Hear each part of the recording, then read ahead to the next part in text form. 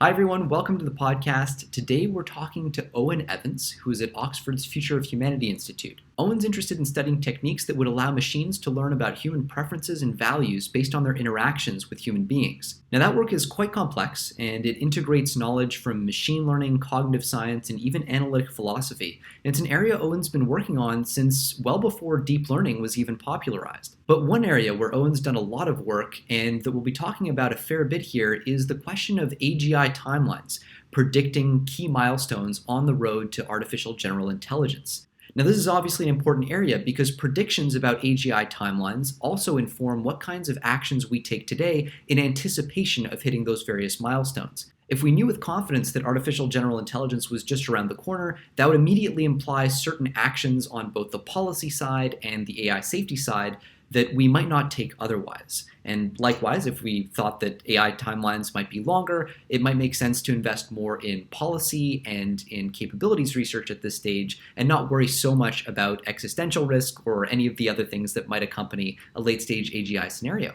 So we'll be diving into a lot of questions around AI timelines and the implications that those have for policy research and AI safety as well.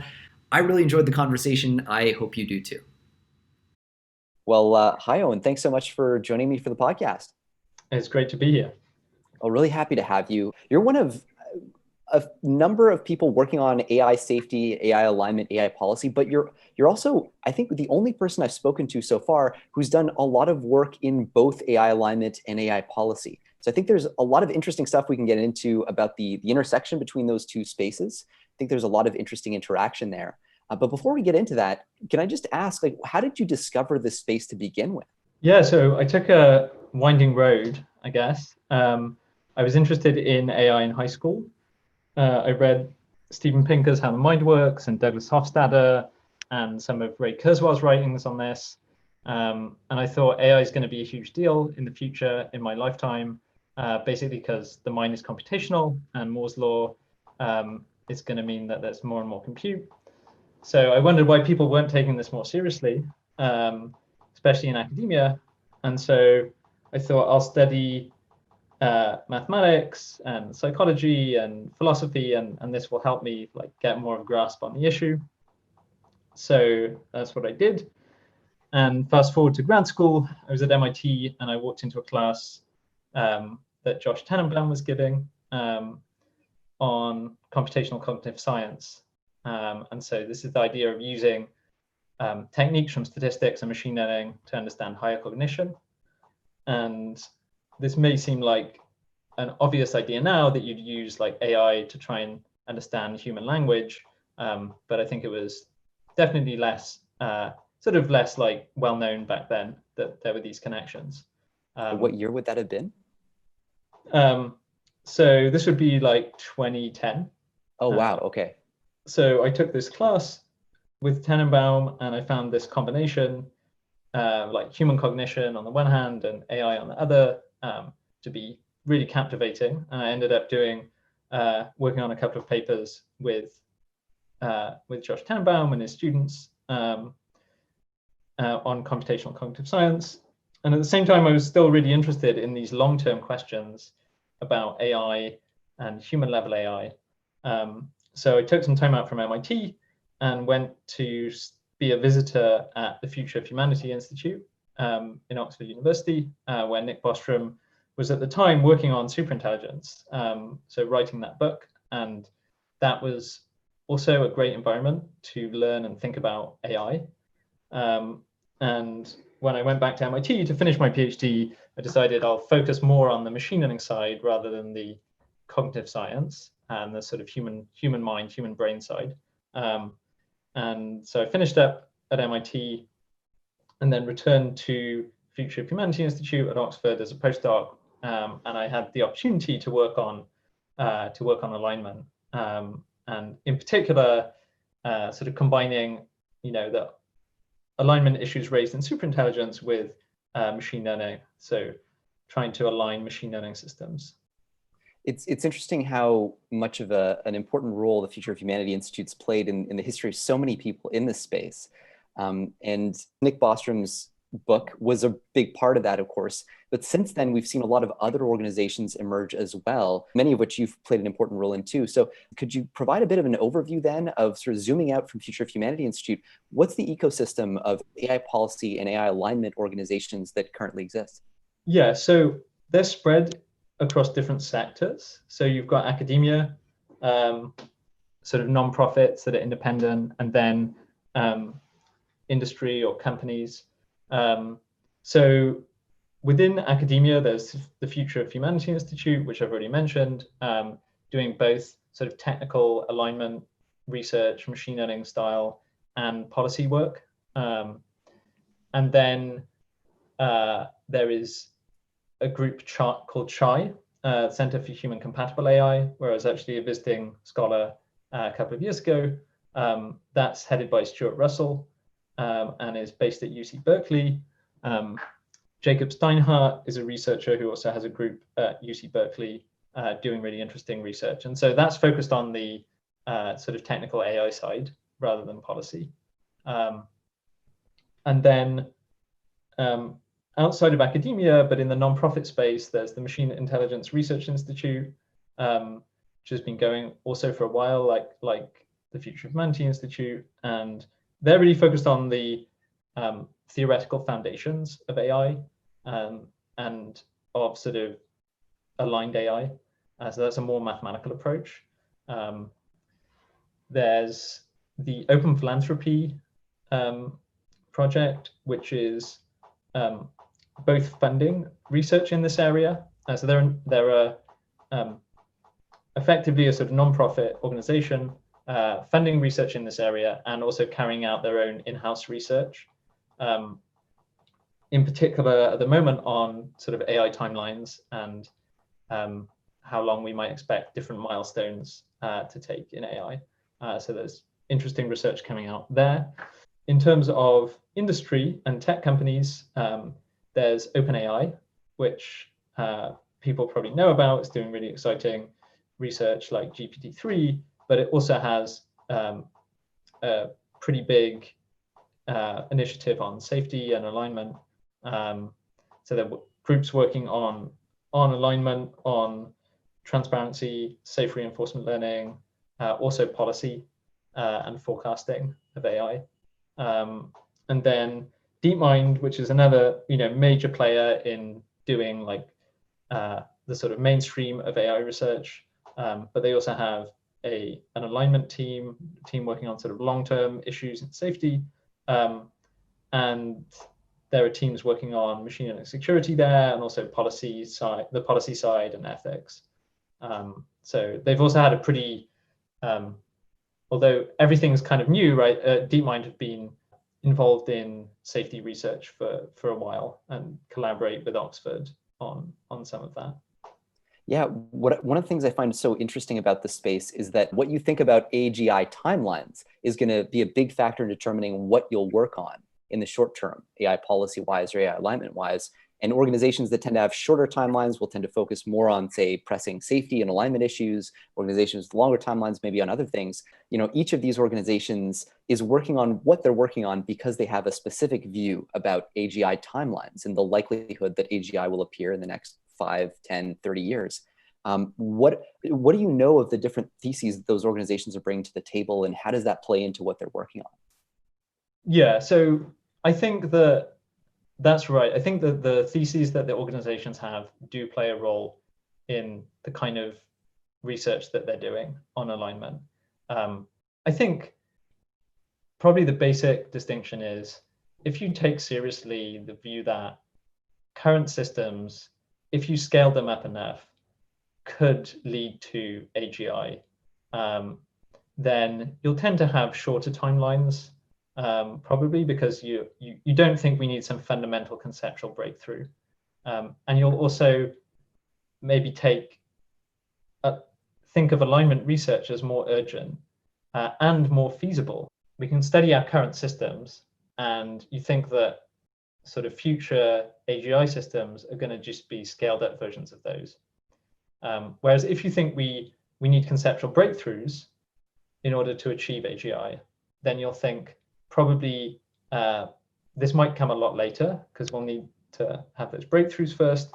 And secondly, it might be quite hard to study alignment today because we don't know what kind of system we're going to need to align. And I think, I think I'm wary of attributing, very particular views to whole organizations that contain many individuals. It's sort of interesting just how much variance there is there. Do you have a personal opinion regarding timelines? I mean, I think you should be sort of Bayesian and probabilistic, and I think there's uncertainty on either end, right? That is that there is some probability of things happening fairly soon, and there's some probability that it really takes a long time, and that current techniques sort of asymptote. So I don't want to put a number on it, but I think that even if there's only a 5% chance of AI occurring soon, say in the next 20 years, I think that's still a huge deal. That's still something that you should take really seriously.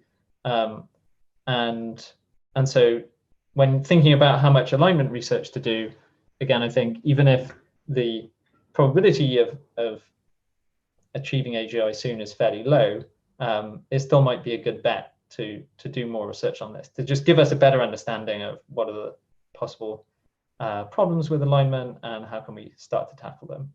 And do you sense a general shift?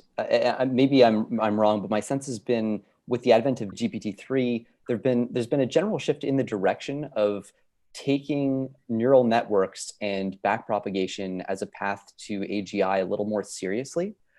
Did GPT-3 in any way change your perspective, or GPT-2, or any of the scaling results that OpenAI is seeing?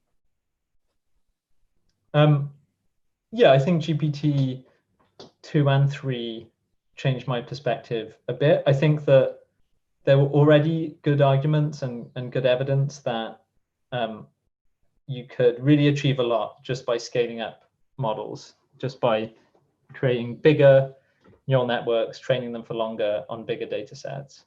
But I think that the performance from GPT-2 and GPT-3 has just been somewhat more impressive than I would have expected. I think the models have been better at sort of mastering this whole sort of range of skills. So there's the sort of meta learning aspect or few shot learning, and then being able to do basic mathematics, really basic arithmetic, and then just the sort of breadth of knowledge that the system seems to have absorbed, both about sort of human language and how to construct nice sentences, but also sort of factual knowledge. So yeah, I think it's not been a sort of complete shock, because I was following the field pretty closely, and language models were already doing very impressive things before GPT-2 and GPT-3.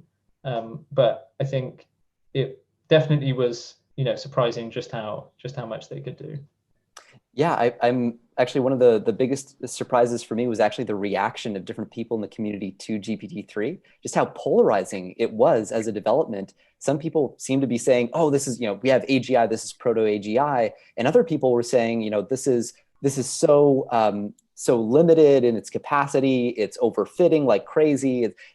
People seem to be perfectly divided in terms of being utterly shocked or totally unsurprised and still just as skeptical. Part of the challenge here is we don't necessarily have the ability to evaluate generalization ability. It's like kind of a new field in terms of model evaluation, because we've had so much narrow AI work on evaluation, but not necessarily with a more general system. Do you have any thoughts on that aspect of things? Like, how do we define this ability to generalize? In other words, what are we really debating even when we talk about AGI?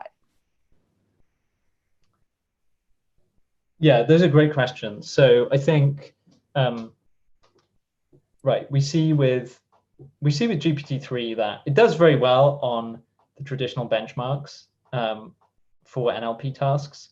So we can see by various concrete metrics that it is an improvement on previous models. And then we can sort of invent new tasks and see how well it does on those, and see that there's impressive performance, for example, on arithmetic, and on like analogies and using novel words. But that's different from a really systematic test for generalization. So this will be an important area for new research. Francois Chollet, the guy who developed Keras, developed a sort of benchmark, like a suite of tasks that try to get at this more sort of general notion of rich conceptual generalization.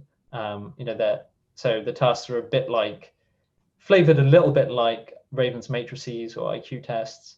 And that was just a first step in that direction. Mm-hmm. But I think trying to do more work, which is, challenging research work, but where you're testing that kind of generalization, that does seem promising. And with GPT-3, you could have a version of that that's more focused on language, or like phrasing things in language. But another measure is economic, right? So OpenAI has created this GPT-3 API, and lots of companies will be exploring whether they can use GPT-3. And so to some degree, I think we'll see whether, like, is the system flexible enough that it can deal with like real world challenges and actually improve companies' metrics. And so I think that's sort of harder to assess like in an academic paper, but I think that will be an interesting area to find out, like, does this have the kind of robustness that leads to real world improvements in performance?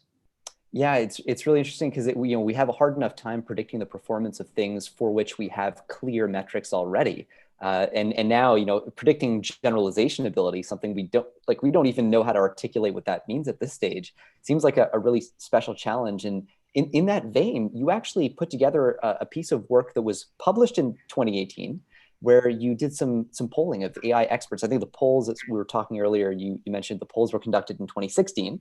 But I did just want to read out a quick excerpt, a couple sentences from it, because I thought they were really interesting. So this is from the abstract. You just write, researchers predict AI will outperform humans in many activities in the next 10 years, such as translating languages by 2024, writing high school essays by 2026, driving a truck by 2027, working in retail by 2031, writing a best-selling book by 2049, and working as a surgeon by 2053. And I think what's really interesting is, in retrospect, again, this was work done like 4 years ago, debatably, we've already started hitting or at least flirting with a number of these milestones. It's not clear whether like language translation, for example, is quite there, or truck driving, but have you noticed patterns in the kinds of things we've been accomplishing faster than we expected, or maybe the kinds of predictive errors people have been making, even if they're experts in the space? Yeah, so right, we're coming up to 4.5 years or 5 years after the original survey was done. And so, yeah, I think we can start to get some information about the, what did these kind of forecasts do well on? What did they do less well on? As you said, I think translation has progressed faster than people expected. So they predicted that it would take 7.5 years to reach, for AI to reach amateur level translation, so not professional translators. Wow. And I think that, so today, after 4 to 5 years, I think we're at that level, even for tricky languages, that harder languages to translate. They predicted that beating humans at all the Atari games would take 9 years, and I think we're there as well after 4 or 5 years. And then writing a high school essay, I think GPT-3 or maybe like GPT-4 is going to be there, more like 5 years or 6 years rather than 10 years, which they predicted. So those are some areas where they were sort of more pessimistic about AI progress. It's worth noting that these are median estimates. So people were actually giving probabilities for when this would happen.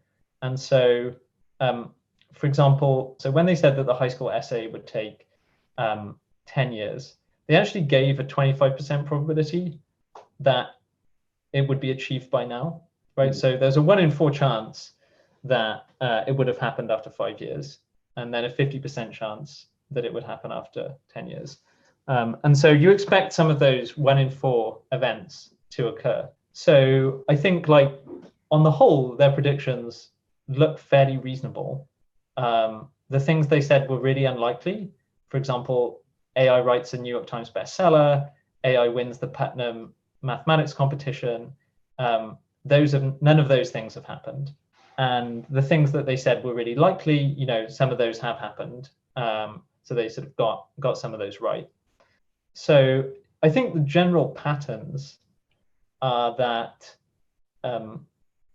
tasks involving language have gone quicker than expected.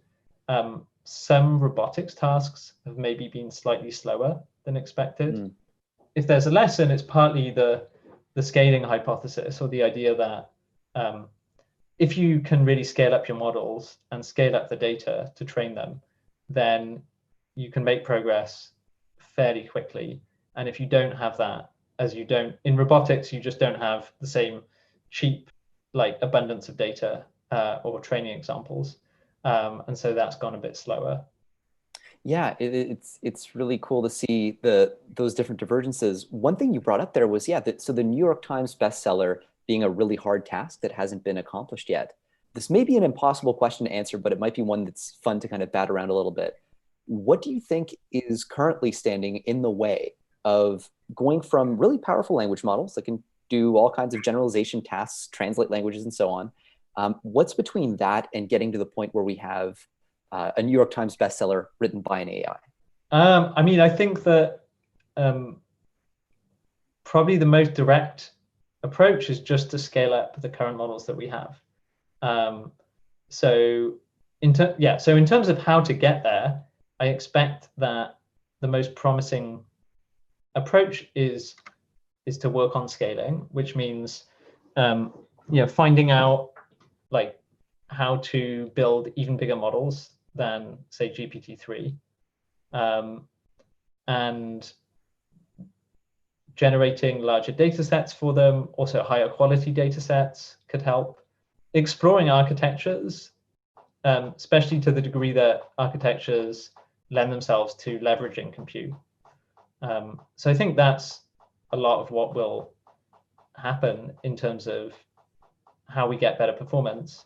In terms of sort of what can systems like GPT-3 not do very well, or like what seem like the current limitations, I think the biggest gap between GPT-3 and humans is probably in basically, like, how long range the dependencies are, or sort of what time duration the models are acting over. So if someone writes a New York Times bestseller, they probably spend a few years writing that book. And all the work that they're doing over that time is contributing to this one output. And so they might write some notes one day, and then 6 months later, like, revisit those notes and expand upon that, right? Whereas GPT-3 reads something like 500 words, and then it produces some output. And everything it does depends on those 500 words and nothing else, right? So if you try to generate a novel with it, after it's generated 5,000 words, it will only be sort of paying attention to the last 500 words it's written, right? So all the other stuff before is completely, like, out of its mind, as it were. This is just a huge difference between, like, most kind of really sophisticated human work, like doing mathematics, and what our machine learning models, the way our machine learning models operate today. So I think, like, if people are looking to scale up architectures, I think they'll be thinking about these longer range dependencies, like being able to, when you're producing the next 100 words, you're not just looking at the previous 500, but in some sense you have a representation of, like, a whole book of context. It's interesting that the answer you gave to that question was very applied and very, very practical. Like, what is standing in the way of GPT-3 getting to the New York Times bestseller point? And you're like, okay, compute this, that, all these things that you could imagine being deployed by industry within a couple of years or even months. And then the conceptual side was sort of the lagging piece of that, which is almost backwards from the way typical scientific discoveries happen. I mean, usually people have to come up with a theory, they have to understand what it is they're building, and then they make a plan to build that thing. It kind of seems in this space like there's at least a prospect of building something before we expect to have built it ourselves. The very people who are building these powerful systems might not have a clue that they're building something that will turn out to be nearly as powerful as it is. Is that a risk on the AI safety side of things? Like, is there a real prospect of having a team that builds something that's maybe more than they could, biting off more than they can chew in terms of what they put together? I think that progress is still fairly incremental. So I think that's important to keep in mind. Right, before GPT-3, obviously there was GPT-2, but there was also a sequence of larger models than GPT-2 that came out and that also had pretty impressive performance. Those were from other companies like Google and Microsoft. There's a big community producing AI systems, and making a system that's a little bit better than other people's, right, is advantageous. And so I think that, when there's a big discovery or big advance like GPT-3 that gets people excited, I think you'll have more, you will tend to have more groups moving into that space. And then you'll see this sort of incremental progress in that area. So I think that people who are like really paying attention to what's going on in the field and following the latest developments, they'll see a sort of more incremental path. Mm-hmm. And so would be sort of less surprised by developments. At the same time, I think attempts to sort of forecast what kind of capabilities are possible with a particular like architecture, I think have just not been successful. So some people have said, we won't be able to do meta learning, or we won't be, or few shot learning without having kind of richer models than just transformers or just RNNs. I think those predictions just have a bad track record, right? So many people have said, look, deep learning is not enough. You need to combine it with symbolic AI, or you need like richer architectures that involve like writable memories or Bayesian neural networks like Bayesian uncertainty. And I think very simple neural nets scaled up enough with the right like long training time and big training data have just shown an ability to do an amazing array of things that people didn't think, many people have said wouldn't be possible. So I think in that sense, you're right that there can be surprises in what fairly simple techniques scaled up can actually achieve. And I guess there's a naive argument that I'd be curious to hear actually from you what the most common counter arguments to this very naive position would be, because I think they'll be illustrative. But neural networks are universal function approximators. So the moment you say that, there in principle is no function that they can't approximate. And to the extent that cognition or even consciousness is a function, then they should be able to emulate it at some scale for some configuration. What are the main counter arguments to that position? That obviously would be the canonical kind of bullish case for deep learning. What's the sort of symbolic neural net argument or some of the other arguments up there? Yeah, so I think the universal approximation arguments or universality arguments, and they just say that it's possible that there exists a neural net that can represent any function. And I think the original constructions, so how they show that it's possible is an extremely inefficient encoding, right? So you'd have a neural net, but it would be this completely enormous, impractically enormous representation of the function. And so what we're really interested in theoretically is whether there's a sufficiently small neural net that could capture this function, right? Small enough that we could actually train this neural net on some actual data. It would actually like fit on our compute resources. And so, if you needed more compute than than is possible in the universe or is just possible on Earth, right? It doesn't really matter if there's this like theoretical possibility. I think the mere existence of these neural nets and the flexibility that they have in theory doesn't really say that much. And that's why the field, although they knew people in machine learning knew about these approximate universality results, I think in the late 80s or early 90s. It wasn't the case that everyone moved into neural nets because they did not know whether you could actually find a small enough neural net that had this capability. Yeah, I mean, always interesting to think about the constraints. One other area I did want to ask you about was technical AI safety and AI alignment research specifically, since that's something you're working on as well. It's common to hear AI safety researchers say that alignment is a very hard problem, but they often present different reasons for that hardness. What do you consider to be the most challenging part of solving the technical alignment problem? Yeah, so I think in a sense, we don't know how hard the problem is because people haven't worked on it for that long. Not that many hours have been put into this problem if you compare it to like many problems in computer science that have been solved. So I think time will tell like how difficult it turns out to be. In terms of what is the biggest difficulty, and that's a difficult question. I think that at some meta level, a challenging thing is that machine learning research is quite empirical. So usually the way you make progress is by running experiments and seeing how well different models actually do on fairly like real world tasks, like classifying objects and images or translating languages.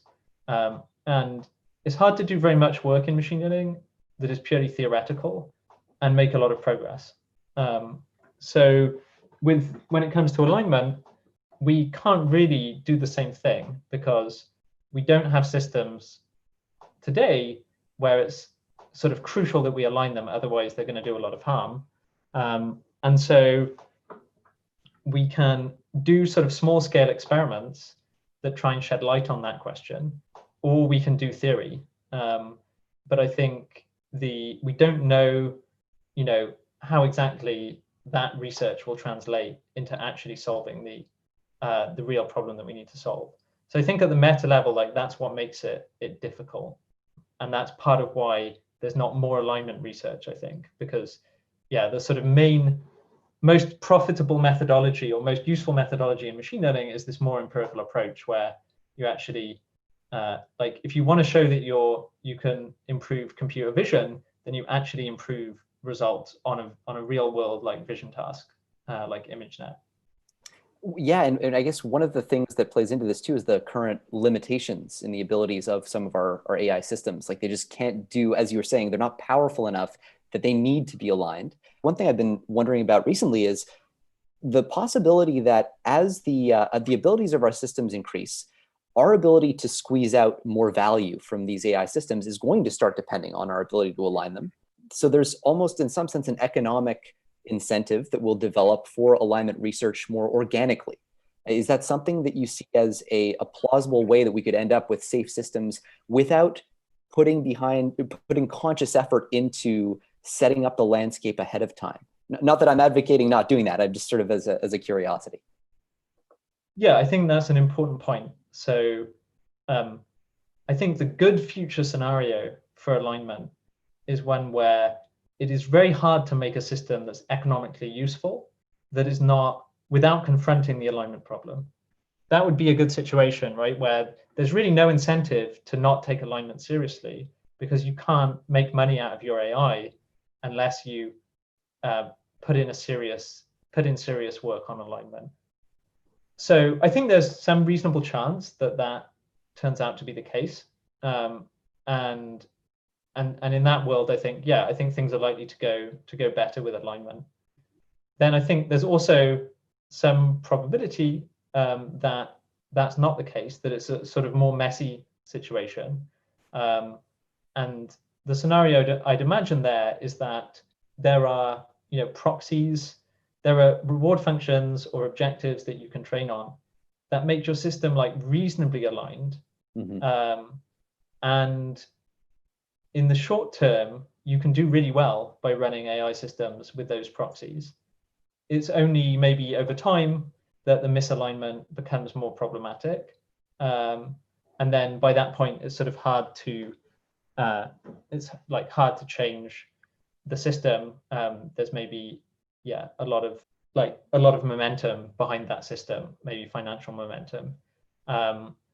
So yeah, so I think that, we have maybe some very mild form of this today, where there are, say, like recommendation algorithms that are they're pretty aligned with the users. So they usually would, show the users interesting content, but they're really optimizing for sort of engagement or how much time people spend on the system, and that's misaligned with the users to some degree, because the users don't want to get addicted to using the service or spend loads of their time, watching silly videos. And so there's also some problem there. But the system makes a lot of money for the companies.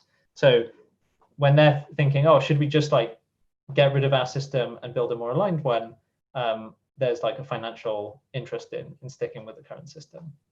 Yeah, and I've heard similar arguments brought to bear with respect to political polarization on social media too, where the algorithms just do better if they can change the user to make them more polarized, so that the problem's dimensionality is reduced, and you're more likely to correctly predict what the next ad is or the next post is that'll get clicks. One of the philosophically interesting dimensions of this as well, especially when viewed through that lens of polarization, is I can imagine the average polarized person who today is only polarized because they've been on Twitter for the last 10 years and gradually they've kind of adiabatically moved into this highly polar position. That person may very well today say, look, you're telling me that Twitter, the recommendation algorithm, is misaligned. I'm here to tell you that my beliefs today feel very, very aligned. In other words, I'm glad I ended up polarized in the way that I did. It's the past version of me that had all these faults, and I'm glad I was broken of them. In a way, almost like your average member of a cult will think, thank goodness I met the cult leader. They were ultimately aligned with what I am now, not what I used to be. It kind of seems like there's a lot of fuzziness in that distinction between past selves and future selves, because we are destined to change. Our moral norms are destined to become almost like irreconcilably different from our moral norms of the past. Maybe that's an unsolvable problem, but how are you thinking about that aspect of this issue? Yeah, that's a really interesting question. First of all, I think it's unclear how much political polarization can be explained by social media. Right. I think there's more polarization in, say, older generations who use social media less.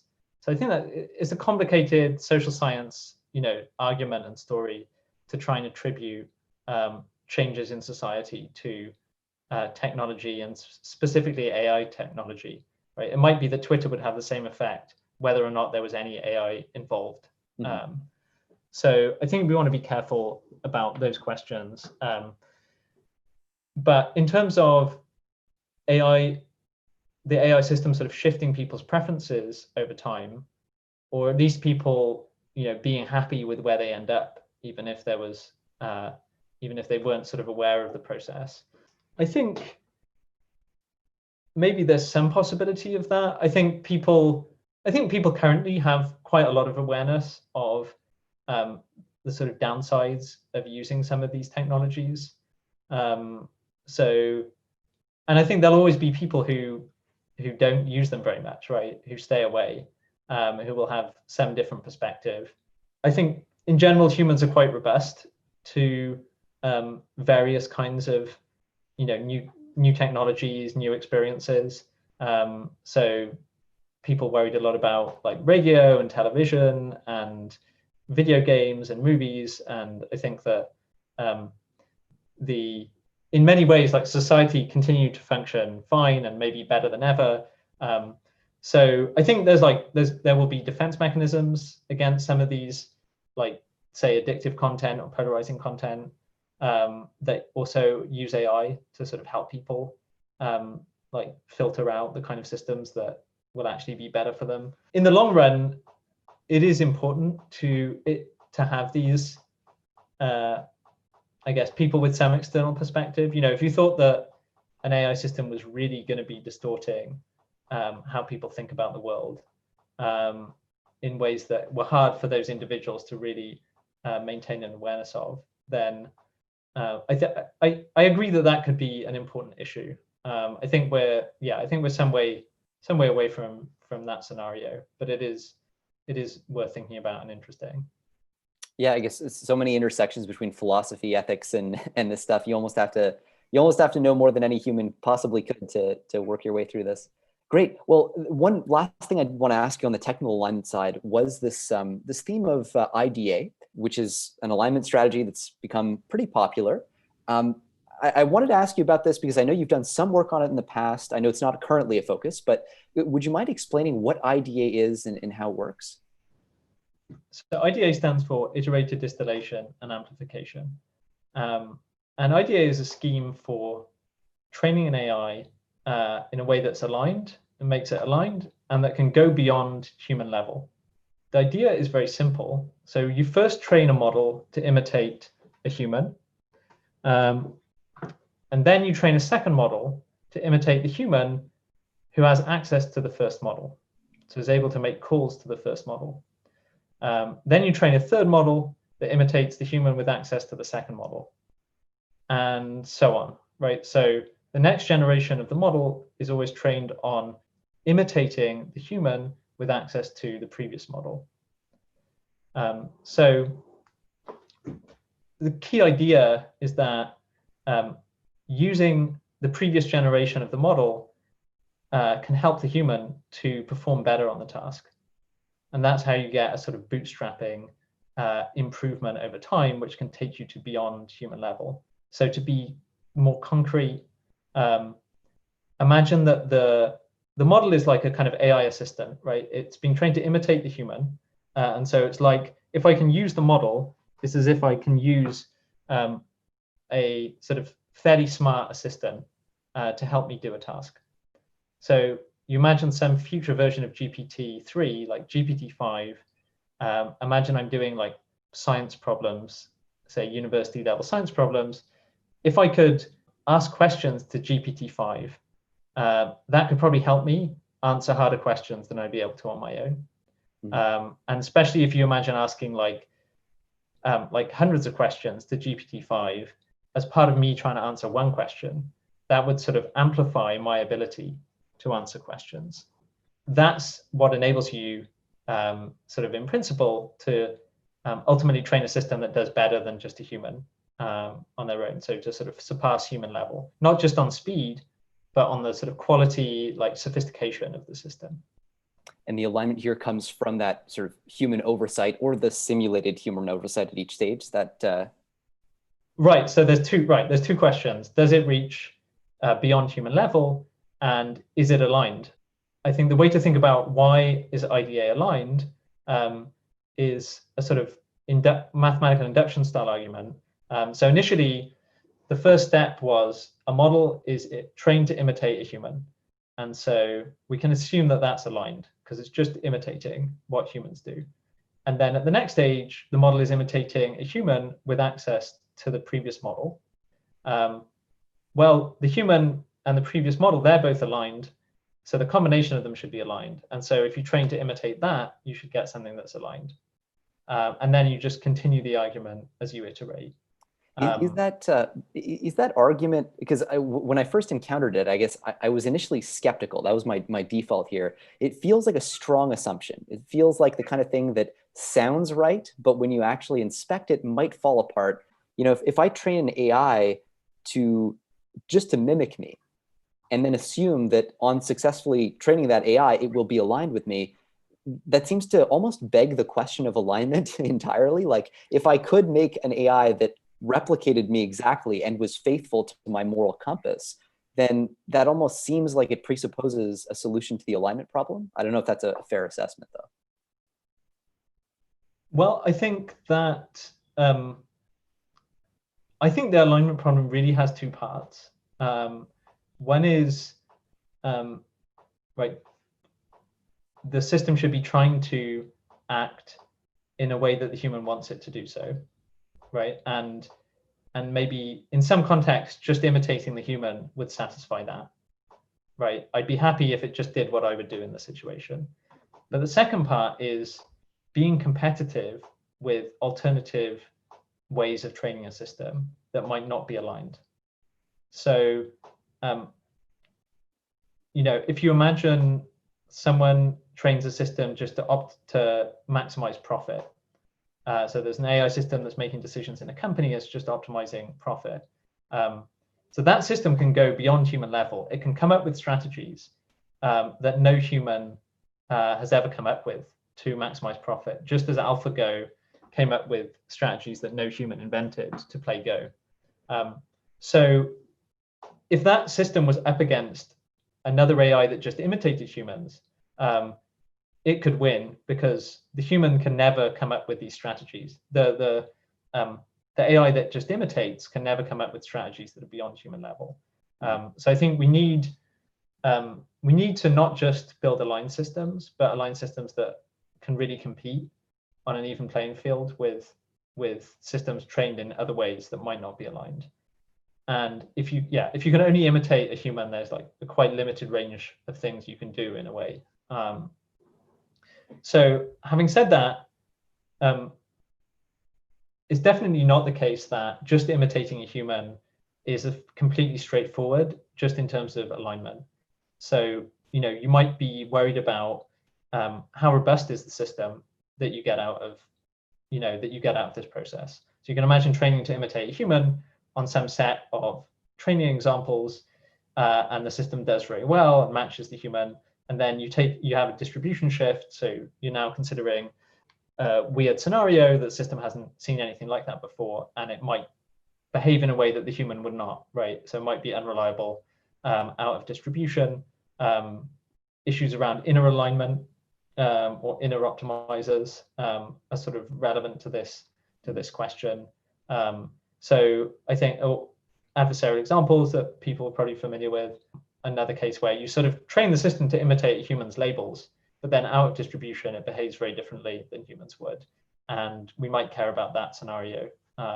So the argument I gave for imitation, for IDA being aligned, was a very simple sort of the first step that you need to consider. And there's definitely a lot more subtlety. Yeah, actually a lot more to unpack than we can probably squeeze into this podcast, but I appreciate the overview. Actually, I think it's useful for people who are just trying to get oriented in the space, especially given the attention that that IDA has been getting. Well, thanks so much for sharing your insights on all this stuff. Is there anywhere people can follow you on social media or follow your work? Yeah, so I'm on Twitter, which is my full name and then _UK. So Owain Evans _UK. Yeah, people can also check out my website if you just Google for me, or I guess you can put the URL up. So all my papers are up. Yeah, I can include all those links in the blog post that'll accompany the podcast too, so people can check those out for sure. Well, Owain, thanks so much. I really appreciate it, and thanks for a great conversation. Thanks, it's been really interesting.